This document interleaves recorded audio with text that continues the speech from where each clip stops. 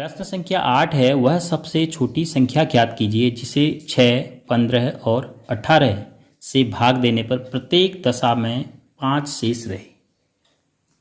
अगर आप पहले भाग को इस प्रश्न में पढ़ें, वह सबसे छोटी संख्या ज्ञात कीजिए जिसे 6, 15 और 18 से भाग देने पर, अर्थात 6, 15 और 18 का छोटी से छोटी संख्या कौन है जिसमें भाग चले जाए।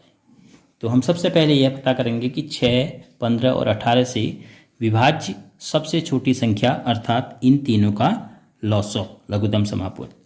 अभाज्य गुणनखंडन विधि से कैसे हम लॉसव ज्ञात करते हैं? 6, 15 और 18 का हम क्या ज्ञात कर रहे हैं? लॉसव। तो सबसे एक पहले हम खड़ी लाइन, फिर एक तिरछी लाइन, तो 2 से भाग देंगे क्योंकि 2 से जा रहा है, 2 तियां 6, 15 में नहीं जा रहा है, 2 9 18। अब 2 का भाग किसी भी संख्या में नहीं जा रहा है तो हम 3 से देंगे क्योंकि 3 का जा रहा है, 3 1 का 3, 3 5 15, 3 तिया। फिर एक संख्या है जिसमें 3 का भाग जा रहा है तो 1 5, ऐसे ही 3 1 का 3। अब एक संख्या मात्र है 5, तो 5 का ही भाग जाएगा। तो इस प्रकार आपको लघुत्तम समापवर्त पता चल गया 6, 15 और 18 का। तो लॉसव किसका, अगर कोष्टक में आप संख्याएं लिख देते हैं तो स्पष्ट हो जाता है कि आप किन संख्याओं का लॉसव लिख रहे हैं। तो 2 तियां 6, तियां 18, पंचे 90। तो लॉसव कितना हो गया? 90। अब सोचिए कि ये जो 90 है वह क्या है? वह छोटी से छोटी संख्या है जिसे 6 से, 15 से और 18 से पूरी बार भाग दिया जा सकता है। अब भाग देने पर 5 शेषफल रहना चाहिए।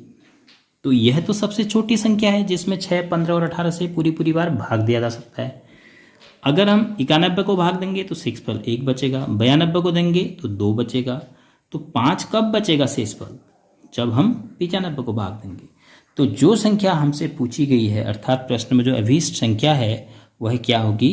90 धन 5। क्योंकि 5 क्यों जोड़ रहे हैं उसको समझना है, क्योंकि 90 वह छोटी से छोटी संख्या है जिसको 6, 15 और 18 से पूरी बार भाग दे सकते हैं। अब उसने कहा है कि 5 शेषफल रहना चाहिए, तो वह कौन सी संख्या हो जाएगी? 90 से 5 अधिक अर्थात 95। तो अभीष्ट संख्या है, अभीष्ट का मतलब है चाहना, यानी जो हमें चाहिए। अभीष्ट संख्या प्रश्न में जो चाही गई है, जिसके बारे में पूछा गया, वो हो जाएगी 90 से 5 अधिक बराबर 95।